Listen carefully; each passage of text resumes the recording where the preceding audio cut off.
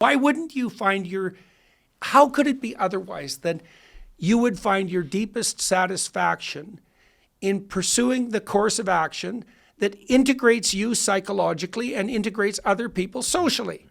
Like, that would assume that there's a concordance between your deepest self-interest and the interest of your society, and it better be that way, because otherwise you couldn't thrive as an individual in society.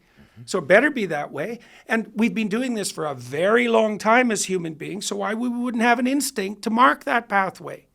And of course we'd find our deepest satisfaction in that. I mean, once you see these issues through that light, they become, I think, painfully obvious. So because the contrary hypothesis is absurd.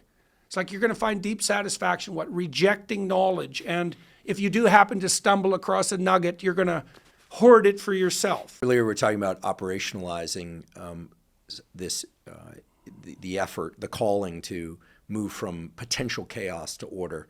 It starts with organizing one's physical space.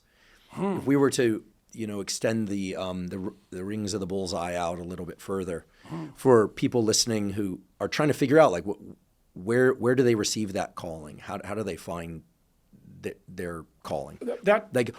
So responsibility and adventure being perhaps the compass through which we can, navigate there. So they think, like, well, where can they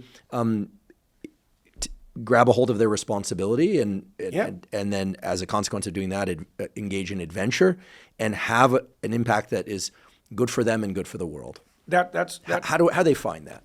I think there's very practical answers to those questions. So two of the highest order characterizations of the divine in the biblical library is calling and conscience.